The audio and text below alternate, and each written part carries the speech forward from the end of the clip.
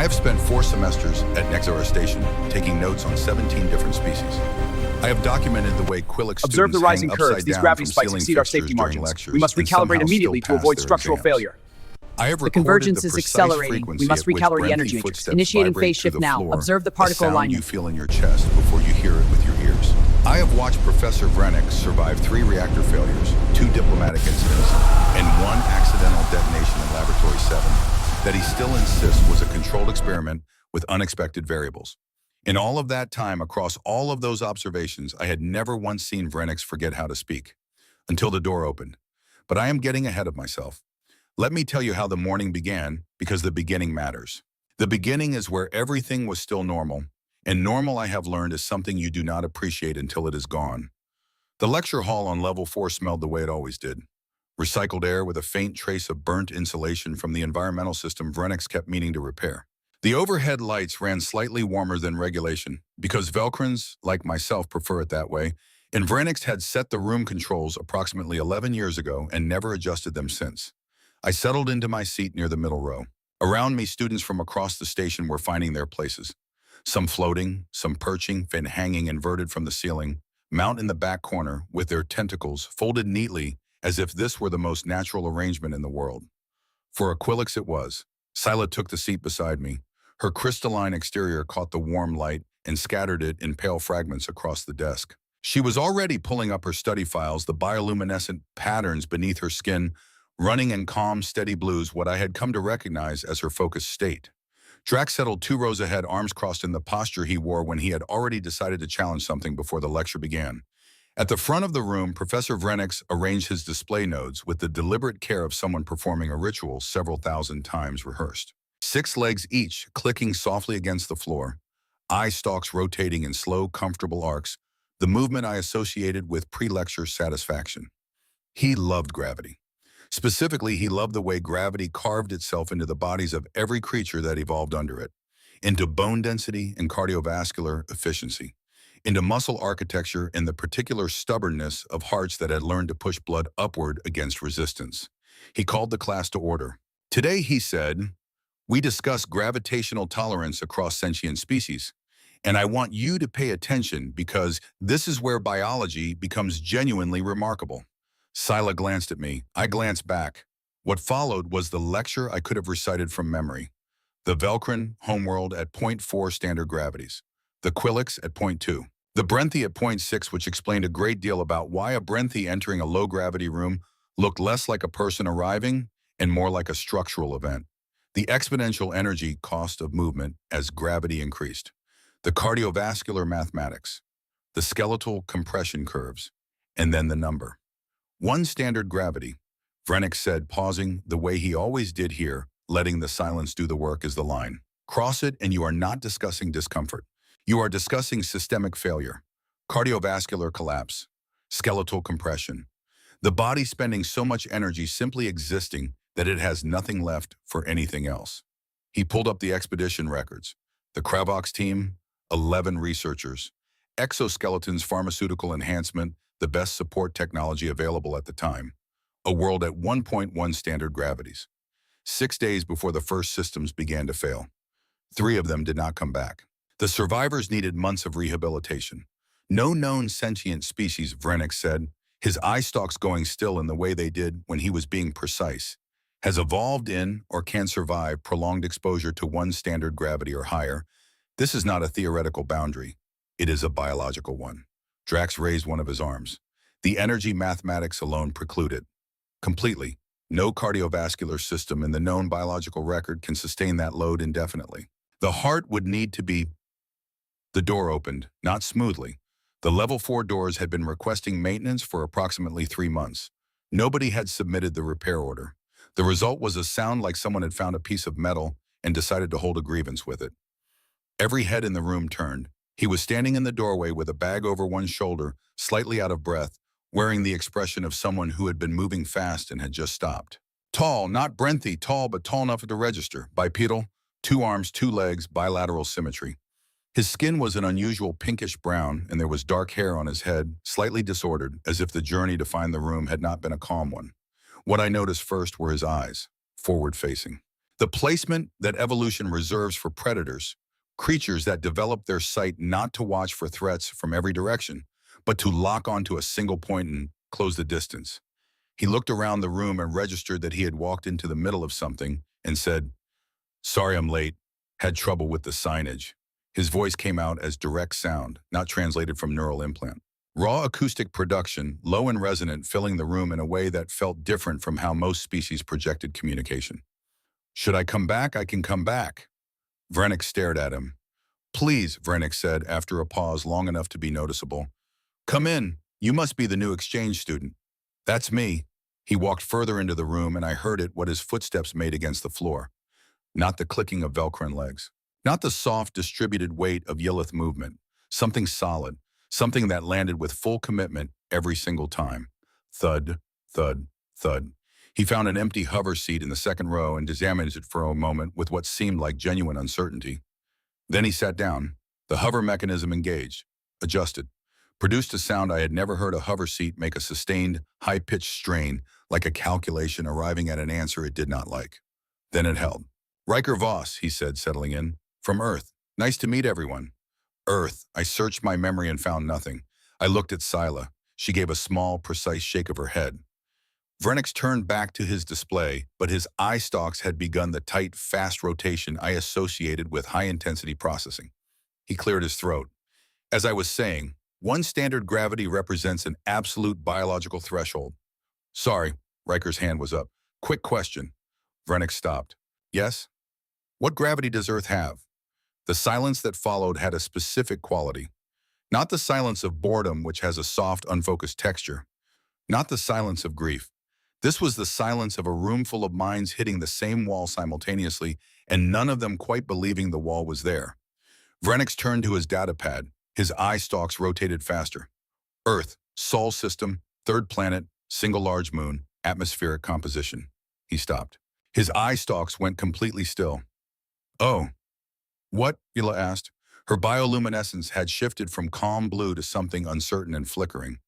Vrennick looked up at Riker, then back at his data pad, then back at Riker. "This says Earth has 1.0 standard gravities." "Yeah," Riker said, 1G, give or take."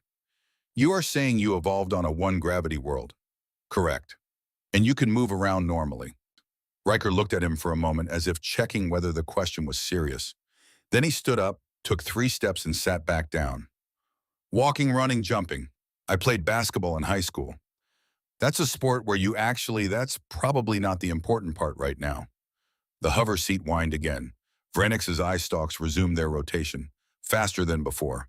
I was already doing the mathematics. The station ran at 0.35 standard gravities, the comfortable median for the widest range of species without medical accommodation. Riker had evolved at 1.0, which meant that right now at this moment he was operating at 35% of the gravitational load his body had been built to manage. I looked at the bag he had dropped by his seat. He had carried it like it weighed nothing. Drax leaned forward. "What does one gravity feel like constantly? Every moment?" "Normal," Riker said. Then he thought about it. "I mean, you notice it when you're tired, when you're carrying something heavy, when you're climbing, but mostly it's just the world. You stop feeling it the way you stop feeling the air.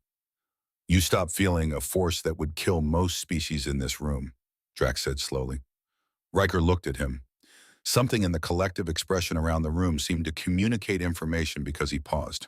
Is that unusual?" The silence answered him. Vrennick scheduled the physical assessment for that same afternoon. He framed it as voluntary academic research. By the time the session began, 230 students had found reasons to be in the Level 6 gymnasium. Riker walked in, looked at the assembled crowd, and laughed. A short, genuine sound. "I feel like I'm at a circus." "You kind of are," I said. "Fair enough." The grip test came first. A force measurement device rated for Brenthy use, designed for loads that would destroy standard equipment. Riker wrapped his hand around it, looked at Vrennick for confirmation, and applied pressure. The numbers climbed, kept climbing, passed the average Velcro measurement, then doubled it, passed the Brenthy average, passed the Brenthy maximum on record. Then the device stopped displaying numbers because the device had stopped being a device. There was a brief, sharp sound, and Riker was holding something that had recently been precision measurement equipment and was now a more abstract interpretation of that concept. He looked at it, then at Vrennick. I'm really sorry. We have backups, Vrennick said in the voice of someone who had decided to process this later. He was writing furiously. From 2 rows back, Drax said, "Was that your full strength?" Riker set down the remnants of the device. He paused for a moment that was slightly too long. "I was trying to be careful." The gymnasium went quiet in a different way than the lecture hall had. This was not the silence of surprise. This was the silence of recalculation. Silas said to me very quietly, "At 35% load Zale, he is running at 35% of what his body was built for." I watched Riker pick up a replacement instrument with deliberate measured care, the same expression someone wears when they are trying to carry something fragile and are very aware of their own hands. I thought he is not performing restraint. He is practicing it. Fen from the ceiling, what do humans do for fun? Riker seemed genuinely occupied by the question, sorting through options. Lots of things. Sports. Some people climb mountains. Silence. Vertically, Drax said, on a one-gravity world. There's equipment, ropes, harnesses. Some people go without the equipment. Free soloing, it's called. A pause. There's a lot of recorded footage. Sila's bioluminescence shifted to a color I did not have a name for in my language. What else? Fen asked. Skydiving. You jump from an aircraft and fall toward the surface. There's a parachute. A beat. You open it before you land, usually. Usually, Drax repeated. The fun is in the middle part, Riker said with the specific neutrality of someone who has genuinely made peace with a statistical reality. I wrote in my notes, humans are aware of the possibility of death in recreational contexts and have decided this is acceptable. Then below that, this information should be distributed carefully. Director Kyle arrived at the gymnasium entrance at the 53rd minute of the session.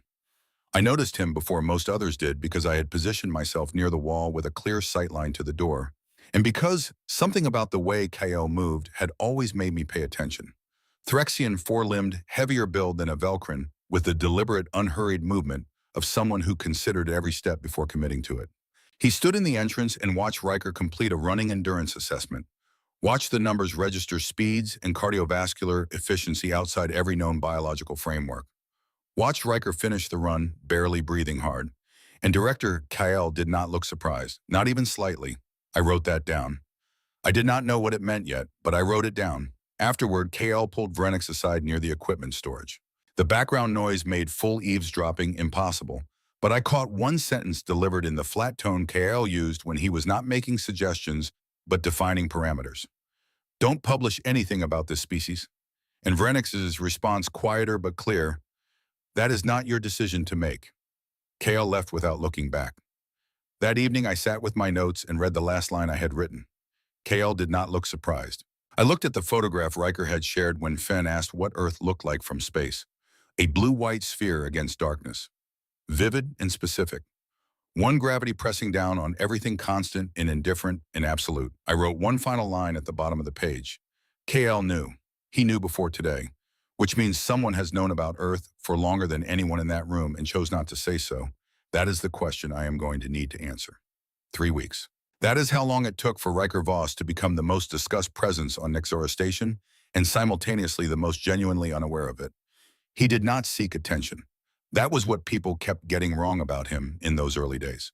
He was simply existing at 35% of his normal gravitational load, and existence for Riker Voss had a significant impact radius. The tally at the end of those 3 weeks, 4 data pads destroyed through normal operation. 1 laboratory door handle removed entirely from its housing when he pulled it at what he estimated was 20% effort. 1 hover chair in the level 3 common area that had simply surrendered its structural integrity after 2 weeks of use. And 1 piece of chemistry glassware that shattered when he set it down gently, as if the concept of gentle was something it could not reconcile with the force behind it. After each incident, Riker apologized. Sincerely, specifically, with the expression of someone genuinely trying to understand what they did wrong and unable to locate the answer. The equipment technician assigned to his section, a small Pixith named Orin, had taken to following him through hallways at a slight distance with a repair kit. I've started pre-ordering components, Orin told me once, in the flat tone of someone who had moved through frustration and out the other side into professional acceptance. It saves time. Drax, meanwhile, had shifted from skepticism to a focused, almost predatory academic curiosity. He attended every informal gathering where Riker was present, sitting slightly apart from the group asking questions with the precision of someone constructing an argument from the inside out. "Your species hunted by persistence," Drax said one evening in the common area. "You chase prey until it collapsed from exhaustion." "Pretty much," Riker said. "We're not the fastest, but we can keep going." That is by any reasonable biological standard horrifying. "We called it efficient." Drax stared at him for a long moment. "I'm beginning to think those two words mean the same thing to your species." Riker considered this. "Yeah, that's probably fair. The real reason I documented all of it was not Riker. It was the question I had written at the bottom of my notes on day one." Kale had not looked surprised, and I needed to understand why. Director Kale moved carefully. That was the first thing you learned about him if you paid attention. He did not confront directly. He built, he positioned, he had conversations in corridors that seemed from the outside to be about entirely different subjects, and then 2 weeks later, the outcome he had been constructing would simply exist already in place, as if it had always been there. By day 14, 3 faculty members had formally raised operational safety concerns regarding Riker's presence in shared laboratory spaces. The language was careful. It did not say we are afraid of him. It said standard protocols may be insufficient for the specific physical parameters of this individual. By day 18, Kale had brought a proposal to the station governance board. An environmental impact assessment, technically routine, applied occasionally to new biological presences when their physiological characteristics fell outside established parameters. The proposal did not say remove him. It built the architecture for removal. I knew about the proposal because I was in the archive corridor on level 2 when Vrenix came out of the board meeting with his eye stalks doing the tight, fast rotation of high distress. He did not see me. I stood against the wall and watched him walk away, and thought about the way Kyle had looked at the gymnasium door on day 1. That evening I went to the maintenance database. I was looking for any record of communication between Kyle's office and off-station authorities in the months before Riker's arrival, evidence of how Kyle had known about Earth before anyone else appeared to. I did not find that. What I found was worse. A maintenance flag from 8 months ago. Sector 7, Level 3, Maintenance Bay 12. Structural Integrity Assessment. 3 fissures identified in the hull-adjacent framework. Classification critical, requiring immediate intervention. Below the flag was a repair completion report, signed and dated 6 months ago. Detailed description of remediation work. Equipment serial numbers. Technician certification codes. I cross-referenced the serial numbers with the station inventory log. None of those equipment units had ever been checked out of storage. The repair had been documented. The physical repair had not happened. The report was fabricated. The authorization signature belonged to Director Kyle, whose budget allocation had been redirected 8 months ago toward a separate research initiative that his department had quietly discontinued 3 months later. Sector 7's hull was cracked. It had been cracked for 8 months. And the man who knew about it was the same man building a document-by-document case to remove the one person on this station who had broken a Brenthi-rated force measurement device without noticing. I sat with that for a long time. Then I saved the files, encrypted the copy, and tried to decide what I was going to do. Day 22 arrived without announcement. I was in the level 3 corridor when the message arrived on my pad. Riker had been summoned to a formal review session with the station governance board. Director Kale presiding, 3rd period, conference room 8. I found Riker in the common area eating from a container he had prepared himself, reading with the calm he wore when processing information quietly. He looked up when I approached. "You saw the summons," he said. "Kale is going to recommend your removal." Riker considered this. "Yeah, I figured." A pause. "I understand it honestly. I'm harder to accommodate than a standard student. The broken equipment, the safety concerns, that's not nothing." I had not expected that. The review session occupied 40 minutes that Sila and I spent outside conference room 8, listening to what we could hear through the door, which was not much, and watching the door, which remained closed. When it opened, Riker came out first. He looked settled, not defeated, not angry, the specific quality of someone who had arrived at a decision through an uncomfortable but navigable route. Kale followed, speaking to an aide. His expression was composed and already moving to the next item. "What happened?" I asked. "They laid out the case," Riker said. "Relocation to single-species accommodation, which means somewhere else." A pause. "I told them if that was the station's assessment, I understood and I wouldn't contest it." Scylla stared at him. "You didn't fight it. It's not my station. I can't make people accept me." He picked up his bag from where it leaned against the wall. The corridor floor registered the weight. KL needs to sign the documentation and send it to the off-station coordinator. Takes a couple of days to process. I'll figure out my options. He said it without performance, without asking for a response. I stood there holding an encrypted copy of a fraudulent maintenance report and thought about the cracked framework in Sector 7 and the man with the signing authority for that fraud and the one person on this station whose body had evolved to handle exactly the kind of emergency that fraud had been designed to prevent anyone from seeing coming. I should have said something then. I did not. Not yet. The alarm went off 40 minutes later. Not the fire alarm with its cycling pattern. Not the evacuation alarm with its ascending tones. This alarm ran in a flat sustained frequency with a short break every 3 seconds, and every student who had gone through station orientation had heard it exactly once during the mandatory safety briefing in the first week and had been told very specifically that if they ever heard it outside that context, they should stay exactly where they were and wait for instructions. The structural breach alarm. The light shifted to emergency red. Attention all personnel. Structural failure detected in Sector 7 Level 3, Maintenance Bay 12. Emergency bulkheads engaged. All non-essential personnel remain in current location. Rescue teams deploying. Estimated response time 20 minutes. I was already moving. Not toward the breach. I was a Velcrin student with average physical parameters and no emergency response training. I was moving towards Sila, who had come through the dormitory door and was standing in the corridor with her bioluminescence running in rapid pale flickers. Thess, she said. I had already thought of that.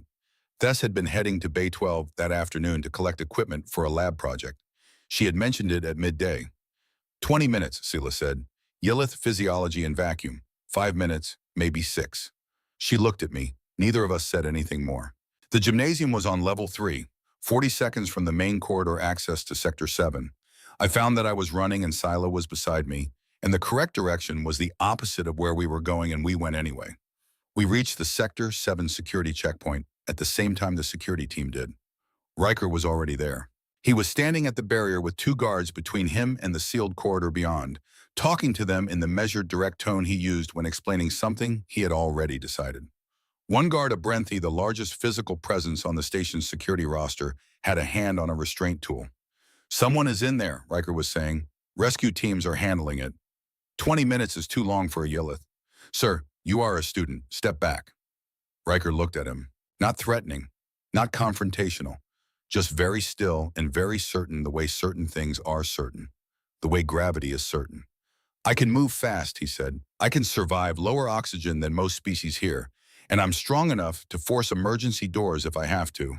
The guard reached for the restraint tool. Riker moved. It was not violent. That is what I have tried to explain to people when they asked. It was not a fight. It was more like watching someone step around a piece of furniture. One moment the guard had a restraint tool and a clear path.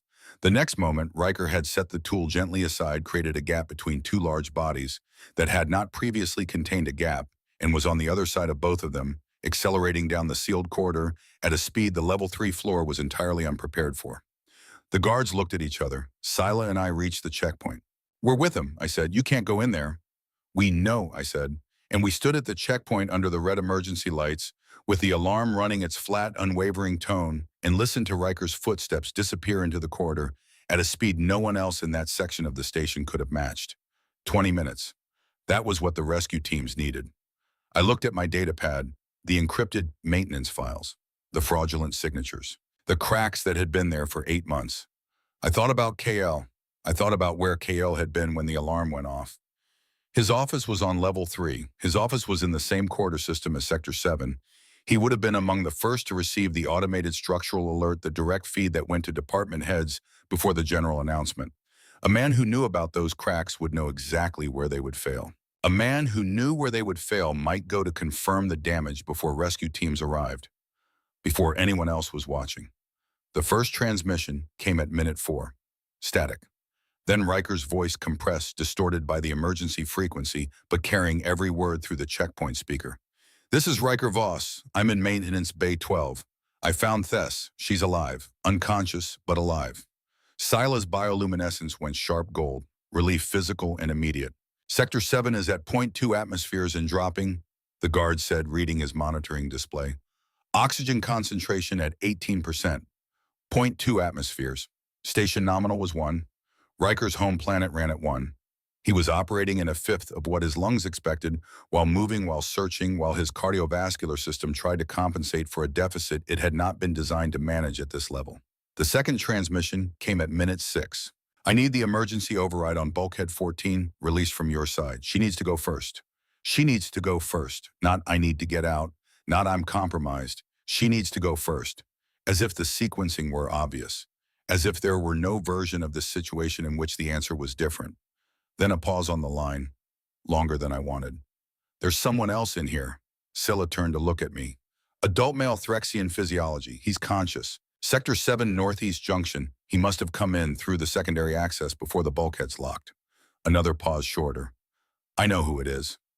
The guard at the checkpoint made a sound I did not have a translation for. He pulled up his monitoring system and checked the access logs for Sector 7's secondary entrance. Director Kale had badged in at the Northeast Junction 43 seconds after the structural alert reached department heads. 43 seconds. Before the general alarm, before the evacuation order.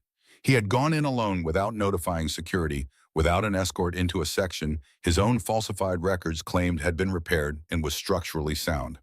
He had gone to see the damage he had been hiding for 8 months, and the bulkheads had locked behind him. The station commander's voice came through the system. Voss confirmed 2 individuals in Bay 12. Confirmed, the Yillith is critical. The Threxian is mobile, but the oxygen is getting to him. I'm taking her first. Understood. Bulkhead 14, release authorized. Confirm when you reach the exit point. A long silence on the line, the kind of silence that has effort behind it. Copy that. Moving now. The portable airlock the emergency response team had deployed took 4 minutes to pressurize. Those 4 minutes were the longest I have spent anywhere. Then the inner door cycled open. Riker came through carrying Tess in both arms. Her skin had taken on the blue-gray color that Yillith physiology produces at its most fundamental conservation state. Bioluminescence dark. Absolutely still. The medical team moved immediately, and the monitors confirmed it within seconds alive, but at the very edge of what alive means. Riker placed her into their hands with a precision that cost him something visible. His lips were a deep, bruised purple. The skin around his eyes was dark. His breathing was audible from 3 meters away, short, effortful, a respiratory system running a calculation it did not have enough variables to complete. He handed Tess over. Then he turned back toward the airlock. She's going to need about 2 minutes, he said to the medical team, not looking back. I'll be back. The station commander's voice came through the checkpoint speaker. Voss oxygen in Sector 7 is now at 14%. You need to exit. And there's still someone in there. The rescue team is 2 minutes out. He doesn't have 2 minutes at 14%, neither do I. So let's not argue about this. He walked back through the inner airlock door. The pressure seal closed behind him. The guard next to me said something very quietly in his own language. I did not ask for a translation. Scylla stood completely still beside me, her bioluminescence running a color I had never seen from her before. Not a standard emotional register, something deeper, something that looked less like a feeling and more like a recognition. The second transmission came 3 minutes later, weaker, more compressed, each word arriving with slightly more space around it than the last. Coming out, northeast approach, need medical at checkpoint Alpha. The inner airlock door cycled again. Riker came through with Kyle, supported across his shoulders, Threxian mass, 4-limbed, heavier than a Velcrin by a significant margin, and he walked the length of the decompression corridor and through the outer door and into the pressurized checkpoint area and placed Kyle on the medical team's equipment with the same controlled precision he had used for Tess. Then he sat down on the floor because his legs had decided this was a reasonable place to stop. His lips were nearly black. His eyes were tracking but unfocused. His breathing was the sound of a system operating on the last of something it could not replenish. The medical team split 3 ways, Tess, Kale, Riker, and I heard one of them say to another in a low voice that was trying to be clinical and almost managing it. This is the first human I've treated in a clinical setting. We work from literature. Scylla moved to stand closer without saying anything. I looked at KL unconscious on the gurney oxygen mask already in place. Color returning to his face with the slow steadiness of someone whose crisis had passed because someone else had gone back into the dark to get him. I thought about the maintenance files on my datapad. I thought about the meeting that was still on tomorrow's board schedule, where the removal documentation waited for a signature. I took a long breath. Then I went to find the board administrator. I presented the maintenance files to the governance board at 9 the following morning. There were questions. There was a period during which one board member suggested with diplomatic phrasing that a student's interpretation of maintenance records might not constitute sufficient basis for a formal review. I had prepared for that. I had cross-referenced every equipment serial number against the station inventory log. I had pulled the budget reallocation records. I had found the original structural assessment filed by the inspection team 8 months ago, routed into an archival subfolder, rather than the active maintenance queue through a specific manual action that required departmental authorization. I had printed physical copies. Nobody does that anymore. I think it contributed in some small way to the impression that I was serious. I laid it all on the table and waited. When I finished, the room was quiet. The board chair looked at the documents, then at me. "You're a student." "Yes." "Why were you searching these records?" "I was trying to find out why Director Kyle already knew about the human student before his arrival was announced. I found the maintenance records by adjacent reference while looking for communication logs from his office." A long pause. "And did you find the communication records you were originally looking for?" "No, but I think the maintenance records explain the behavior better than any communication log would." The board chair looked at the documents for a long time. "Leave these with us," she said. "Kale was in the medical bay when I came to find Riker that afternoon." Riker was in the recovery bed, oxygen support running, color returning to his face. Kale stood at the window with his back to the room, looking out at the corridor in the posture of someone who had arrived somewhere and was not entirely certain why they had come. Riker looked at me when I entered. His expression asked a question. I gave a small nod. The board had suspended the removal documentation pending investigation. Kale's department authorizations had been frozen. The investigation was formal, on record, and moving. Riker's expression released something around the eyes. That was all. Then Kyle's aide appeared in the doorway. He was carrying a document folder. He held it out toward Kale and said quietly, "Director, the removal order. You asked me to bring it for signature when you were..." Kale looked at the folder, then at Riker. He had been running political calculations since before I was a student, and the calculation he was running now was visible on his face, the precise moment of arriving at an answer you already knew was true, but had been hoping would change if you held it long enough. Riker was still in this medical bay. The board had his files. The removal order in that folder was now a document that, if seen, would exist as a record of a director attempting to remove the individual who had just saved his life in the immediate aftermath of an investigation into that director's conduct. The folder would not help him. Nothing in that folder would help him anymore. "Put it away," he said. The aide withdrew. Kale turned from the window and looked at Riker with the expression of a man who has been calculating for a long time and has just run out of numbers. "You went back in," he said. "Yes." "After you brought the Yelith out, you went back in for me." "Yes." "You knew who I was." Riker looked at him with the particular patience he brought to questions that were working towards something. "I knew." Kale was quiet.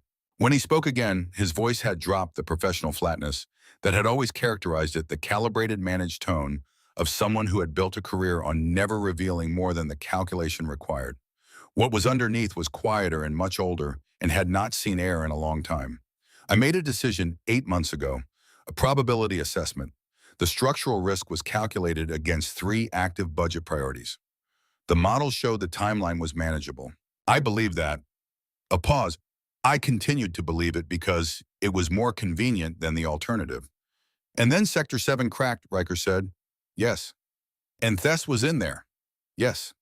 Riker did not deliver a verdict. He did not ask Kale to account for it in any formal sense that was arriving from other directions now and did not require his participation. He simply looked at the man standing at his window and let the silence hold what it was holding. After a moment, Kale said, "I knew about Earth because there was a preliminary survey report. Classified, filed 18 months ago by an independent research vessel operating in the Sol System's outer boundary. It crossed my desk because anything involving uncontacted species with potential Class 5 or above ratings comes through xenobiological research for preliminary assessment." He paused. "The report flagged humans as a gravitational outlier. Preliminary, only insufficient data for formal classification.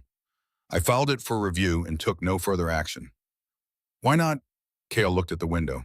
"Because the implications were significant, politically, academically, logistically. A gravitational outlier species with space travel capability in 8 billion population. The questions that would raise, the changes it would require." He stopped. "I decided the data was insufficient to justify the disruption." Riker was quiet for a moment. And then I showed up. And then you showed up. Neither of them said anything else. Kale left without looking back. The room felt different after he was gone, lighter in a way that had nothing to do with the environmental systems. Riker looked at the ceiling. Did you know that part about the survey report? I know now, I said. He nodded slowly. So he wasn't trying to protect the station when he buried it. He was trying to protect the quiet. Yes. And the maintenance records. Same logic, different problem, same solution. Riker looked at his hands for a moment, the careful, deliberate hands that had been practicing gentleness for 3 weeks and had gone back into a decompressing corridor for someone who had been trying to remove him from the station. Is he going to be okay? He asked. KL, not legally. I mean, is he going to be okay? I had not expected that question. I don't know, I said. Riker nodded again. Someone should check on him. Thess came to find Riker 2 days later when he had been moved from intensive monitoring to standard recovery. She walked in with the careful movement of someone whose body has recently reminded them of its limits, and she stood at the foot of his bed and looked at him for a long moment. Then she began to project. The bioluminescent patterns that move across Yillith's skin are not decorative. They are language older than their spoken communication, more precise in emotional register, capable of conveying states that their vocal system cannot fully encode. What Thess projected was complex and slow and deliberate, cascading sequences that shifted color and rhythm and density in ways I could track but not fully interpret. Sila, standing beside me, translated in a low voice. She's saying you have her life. In Yillith framing, when someone gives you your life back, it's not a debt. It's a bond. She's offering bond to family. It's not given lightly. Riker watched the light moving across Thess's skin. I don't know how to respond to that properly. I don't want to get it wrong. Stay still, Sila told him. She's not asking you to respond. She's telling you something true. When Thess finished, she spoke aloud. Sila listened. She says she understands now why humans move through the galaxy the way they do. A species that runs toward what everyone else runs from, they have things to teach. Riker looked at the ceiling for a moment. I just didn't want her to die alone in the dark. Sila related this. Thess's response was a single short sequence, 3 pulses warm amber, very steady. That, Sila said quietly, is the Yillith equivalent of exactly. Drax found Riker in the common area the following evening, which was not unusual. What was unusual was that Drax sat down across from him without a prepared question. He simply sat in the posture he used when he was thinking, rather than arguing, and looked at Riker for a moment. You went back in for someone who was trying to remove you from the station, Drax said. Yes. Why, bay? Riker considered this with the genuine attention he brought to questions that deserved it. Being removed from the station is not an emergency. KL having a cardiovascular event in a decompressing section of the station is an emergency. Those are different categories. Drax was quiet for a moment. You don't find that distinction difficult to maintain in the moment? Not really. One person needs help. I can help them. The rest is administrative. Drax looked at him with the expression I had come to recognize as his highest register of intellectual engagement. My species evolved in a cooperative social structure with strong in-group loyalty and very clear boundaries of obligation. What you're describing is not in-group loyalty. You helped someone outside any reasonable definition of your group. I know. That's not efficient. No, Riker agreed, but it's what we do. Drax sat with that for a long time. Then he said very precisely, I'm going to need to revise a significant portion of my current research framework. Sorry about that. Yedo, don't be, Drax said. It's better when the framework is wrong and you find out than when it's wrong and you don't. Vrenix published his research 12 days after the incident. The response was immediate and not entirely polite. 17 academic institutions requested raw data. 4 published formal rebuttals within the week. 2 research consortiums announced expeditionary proposals to the Sol system. One very senior xenobiologist at an institution in the outer systems sent a personal message to Vrenix that contained by Vrenix's account language that should not be reproducible in academic correspondence. Riker read the paper in the common area on the afternoon it went live. He scrolled through it with the expression of someone reading about a person who shares some characteristics with them, but is also in some important sense a different individual entirely. He makes me sound like a geological event, he said. You broke a device rated for 400% Brenthy capacity, I said. I was sorry. The device doesn't have feelings about your apology. It definitely felt personal, he said. The dry humor that surfaced when he was comfortable, the register that meant he was present and at ease in a way that the first weeks had not always allowed. Vrenix appeared at the common area entrance with the restless energy he had been carrying since publication, the momentum of someone whose framework had been demolished and who found the demolition exhilarating. Riker, he said, the board confirmed this morning. Your enrollment continues under standard terms. The environmental impact assessment has been permanently withdrawn. He paused. I owe you an apology. Riker looked up. For what? I called your gravity a limit. I used it as a ceiling. It was not, it was a starting point. I should have understood the difference. His eye stalks moved in the slow rotation of his sincerest register, the one with nothing performing in it. I was wrong. I intend to be less wrong going forward.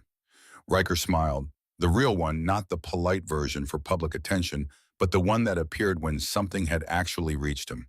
That's all any of us can do, he said. That evening, I stood at the observation window on level 5. The highest external viewport on the station, a wide curved panel looking out at the full arc of space on the station's night side. Silas stood beside me. Drax had come without being asked which was new. Fen was there too, hanging from the ceiling fixture near the window, with their tentacles folded, looking outward. He didn't know, I said. Sila turned to look at me. The ESA communication that arrived for Vrenix this morning. I had seen it because Vrenix had been distracted and had not closed his datapad before stepping away from his desk. I had not read the full text. I had read enough. Riker's enrollment was not random. Earth Space Authority has been monitoring non-human academic institutions for 3 years, looking for environments where first contact could happen organically without formal diplomatic structure. Small scale, no pressure. See what happens when a human simply exists somewhere new. Sila was very still. He thought he was on a scholarship. He thought he was on a scholarship. He had no idea he was the first. No, he had no idea at all. Drax said from behind us, that may be the most important variable in the entire assessment. A human who knew he was being observed would have performed. A human who didn't know performed anyway.